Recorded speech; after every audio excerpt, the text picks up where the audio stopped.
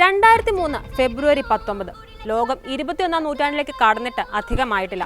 അന്നാണ് ആദിമ നിവാസികളെന്ന് പൊതുസമൂഹം രേഖപ്പെടുത്തിയ ഒരു ജനവിഭാഗം ജീവിക്കാൻ അവർ പിറന്ന മണ്ണ് ചോദിച്ചപ്പോൾ പോലീസിന്റെ നരനായാട്ടിന് ഇരയായത്.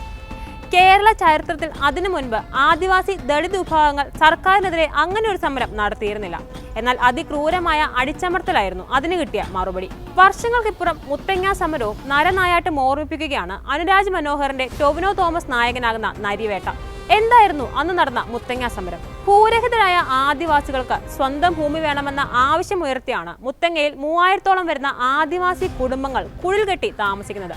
ഭൂമി കൃഷിയോഗ്യമാക്കി സമരം നടത്തി. 2001 CK ജാനുവിന്റെയും മറ്റും നേതൃത്വത്തിൽ സെക്രട്ടേറിയറ്റ് പടിക്കൽ നടത്തിയ സമരത്തിന്റെ തുടർച്ച. M ഗീതാനന്ദൻ അടക്കമുള്ള നേതാക്കൾ മുത്തങ്ങ സമരത്തിന്റെ മുന്നിലുണ്ടായിരുന്നു. മുത്തങ്ങയെ കുടിൽ കെട്ടി 48 ദിവസങ്ങൾക്ക് ശേഷം ഭരണകൂടം സമരക്കാരെ അതിക്രൂരമായി നേരിട്ടു.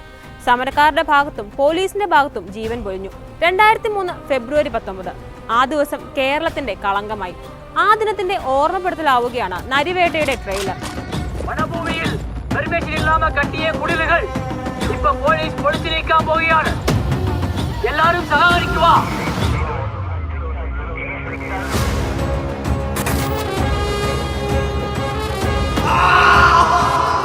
കേസെടുത്തിട്ടില്ല, കൊണ്ടുവയ്ക്കാനെ. അവര് നിന്നെ എന്തെങ്കിലും ചെയ്തരോ? ചിത്രത്തിന്റെ പശ്ചാത്തലം അനാവരണം ചെയ്യുന്നില്ലെങ്കിലും യഥാർത്ഥ സംഭവങ്ങളുടെ സൂചനകൾ ഇതിൽ കാണാം.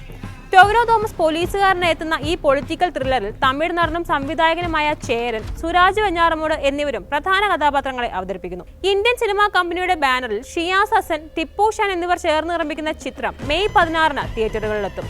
എന്തായാലും സസ്പെൻസും ത്രില്ലിങ്ങും ഇമോഷണലി പിടിച്ചിരുന്ന കഥാഗതിയുമായാണ് നരിവേട്ട പ്രേക്ഷകരെ തിയേറ്ററിലേക്ക് ക്ഷണിക്കുന്നതെന്ന് വ്യക്തം.